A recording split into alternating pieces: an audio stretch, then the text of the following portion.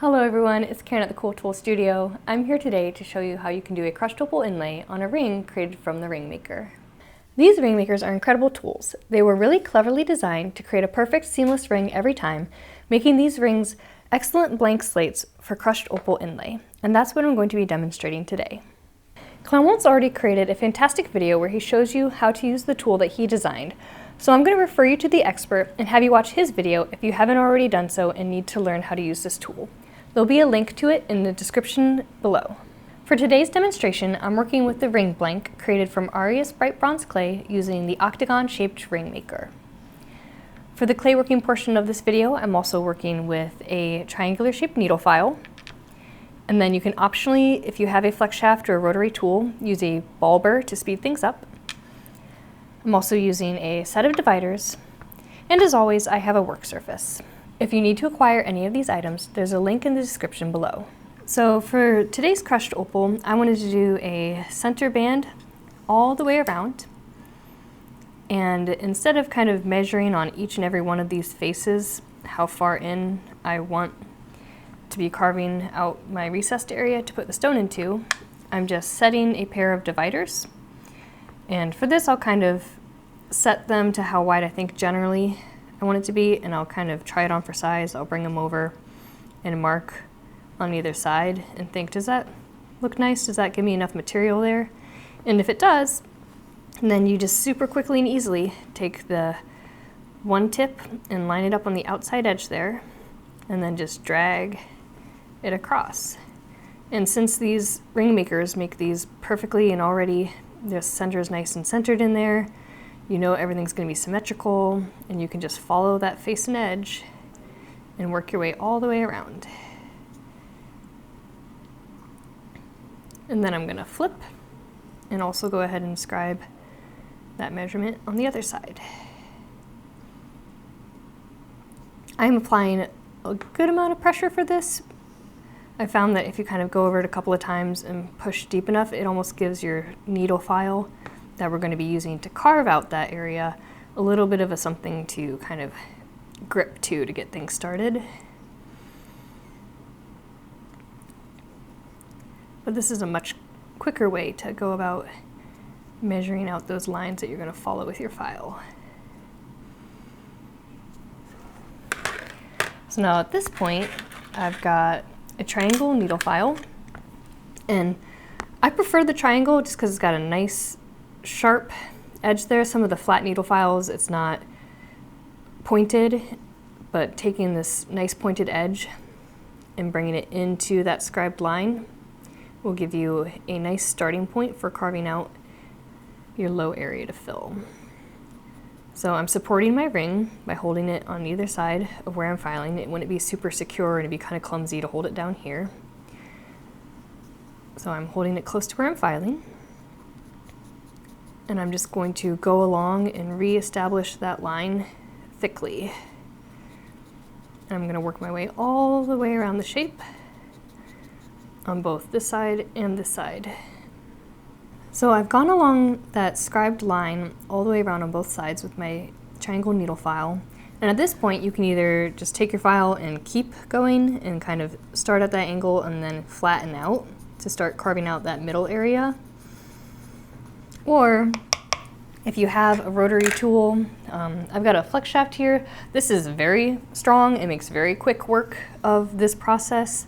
If you have like something smaller, like a manicure rotary tool, that's actually almost a little bit better because you have a little more control. But this is kind of what I'm used to working with. But before I dive right on in, I am wearing some safety glasses and a dust mask because this does kick up a bunch of dust, and my hair is pulled back. So I've got a ball burr here that I'm going to be going in and following those lines with. And I'm kind of going to be bracing my hands on each other to keep things nice and in control. And I'm just going to go in and start following that line. And this goes super quickly. So I'll kind of do a little bit, stop, check, and just keep going.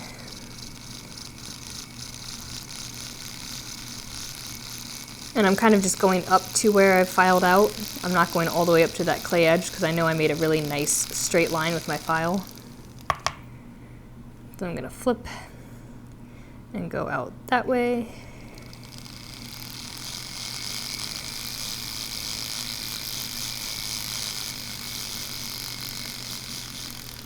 And this doesn't need to be super deep, I guess, depending on the size of stone that you're inlaying, but I'm doing some pretty fine material, so I'm not carving out, a giant crater or anything. I'm just giving myself a low area to be applying this material to. I'm going to turn the corner here and keep going and just work my whole way around. So I've gone along and carved out that area, and I've got a nice low spot that I'll be able to fill with the inlay powdered once this has been fired. I'm working with RES Bright Bronze, but just go ahead and make sure that you check with your product instructions on how to correctly fire the clay that you're working with. So now my ring has been fired, and I'm ready to use it alongside some tools to create my inlay. Today I'm working with some both thin and thick Starbond glue, and then Cool Tools sells a variety of colors of crushed opal, and they're all spectacular, but I really love the way that the cool tones and then black and white can potentially look with the bronze. So I think today I'm going to work with the royal blue. I'm also going to be using some rubber gloves, a toothpick, and then lots of sandpaper. I'm starting at 240 and working my way all the way down to 2000. And then if you want to speed things up, you can use a split mandrel. And then I have a flash shiner for finishing. As always, when you're using any sort of adhesive, you want to work in a well-ventilated environment and wear some safety glasses and a mask. When you're doing an inlay on a three-dimensional form, you want to start off with the thick glue. The thin glue is thin and it'll kind of slide off and drip, whereas this has more body to it and it stays in place. So you don't want to put too much on because then as you sand, you'll end up just exposing glue. So I'll just put a little bit on, and then if I need to, I'll use a toothpick to spread it thinly. But the thick also has a slower drying time, which makes jobs like this where you have a lot of area that you're applying the inlay to a little bit easier. And I'm just applying a tiny bit and kind of dragging it with the tip there. Like I said, if you were worried about getting into a corner, you come in with the point on that toothpick and make sure you're going all the way up into that edge. Or if you feel like you squeezed a lot on and you don't want to apply anymore, you could just spread it with the toothpick. But I just like to go around and do the whole thing at once instead of doing it in sections. Got plenty of working time with this thicker glue. So there, I put a bit much on, so I'm going to spread it with my toothpick.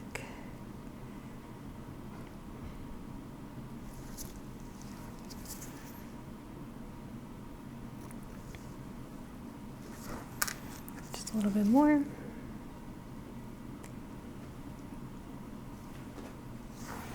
And now we're ready to start applying the stone.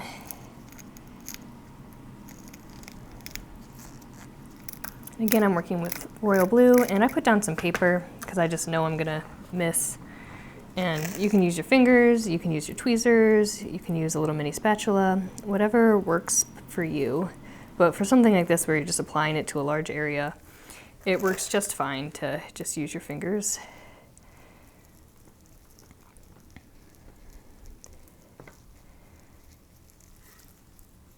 I'm just working my way around and filling. After this initial application of inlay material, opal, turquoise, whatever it is you're using, I'll apply a little bit more glue and sprinkle some more on.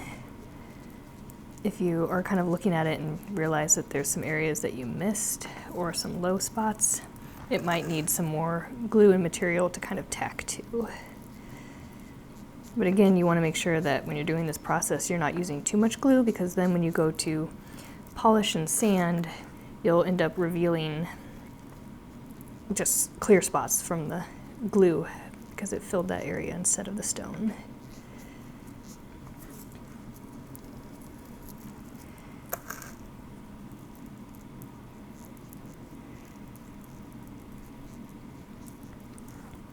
So at this point, I'm kind of seeing there's some places where things aren't sticking, but instead of going back in with the thick, I'm going to set that off to the side and instead come in with the thin. Because it is thinner, it's going to run down in to those spots still, and then it's also going to kind of flow and attach the stone that has already been placed. So the thin is going to run, so I'm just going to do a tiny drop and let it flow, and rotate, tiny drop, let it flow. And it does set quicker at this point, so I'm not going to go around the whole band. I'm just going to do small portions at a time. But it's really beneficial that the thin runs in when you're doing your second layer because it's not going to sit on the top. That way the opal can go in and fill that spot instead of glue. Apply a bit more. It also does dry a lot faster, so that's why I'm not doing the whole ring band at once.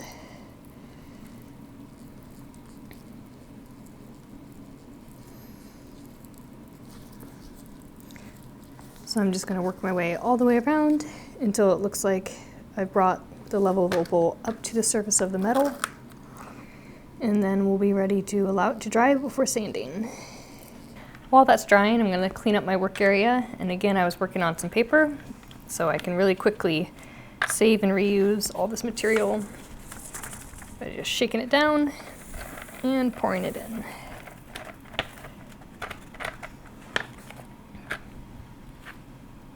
If you are wanting to speed things along and not wait for things to dry, Starbond does sell an accelerator that you pump and spray and apply to your inlay in the glue, and it speeds things up really quickly so you can move on to sanding. We're going to be working our way down progressively, starting with 240, and you have the option to sit here, take your ring, and sand each face, but there is a good amount of surface area here that we're going to be cleaning up. So if you want to speed things up and you have a flex shaft, you can use a split mandrel.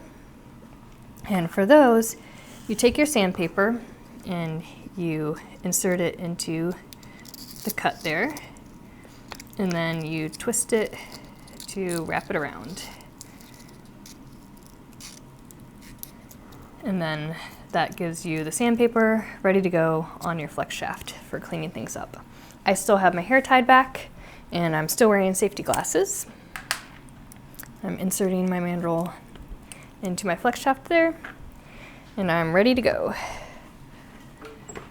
So again, you start with the lowest number, highest grit sandpaper you have, 240 for me.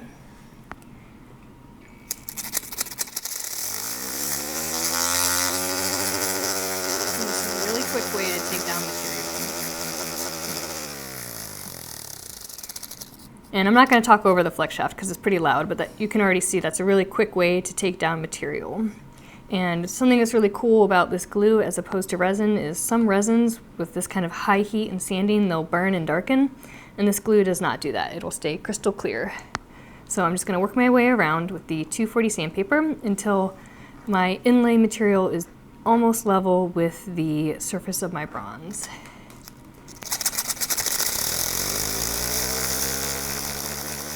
So at this point, my metal and my inlay are almost flush, so I'm ready to move on, because as I continue to sand progressively down and even out these scrapes and stuff, I'm going to also be bringing down the level of the material there, and things will be lined up nicely. So I'm moving on to 320 and slipping that into my split mandrel, winding it up. And I'm just again gonna run around all the faces and everything until the kind of scratched up surface is looking better. And then once I've gone over everything, I'll work my way down through all the grits. And the first round that you do with the 240 by far takes the longest. And after that, this is gonna be really quick going If you do find that the 240 is taking forever, you can swap out your split mandrel for like a barrel sander or something that's a little more aggressive, I guess, depending on how much material you'll have to remove. But we're ready to move on at this point. So I concluded my sanding with 1200 grit, and now I'm just going to go in with a flash shiner for a final polish finish. And I'm starting with the green face and going over all of the inlay faces, and then wrapping up with the white. And it's just amazing what a great job these flash shiners do, really bringing things up to a beautiful shine. I hope this video inspires you to try crushed stone inlay on some of your rings too. Thanks for watching.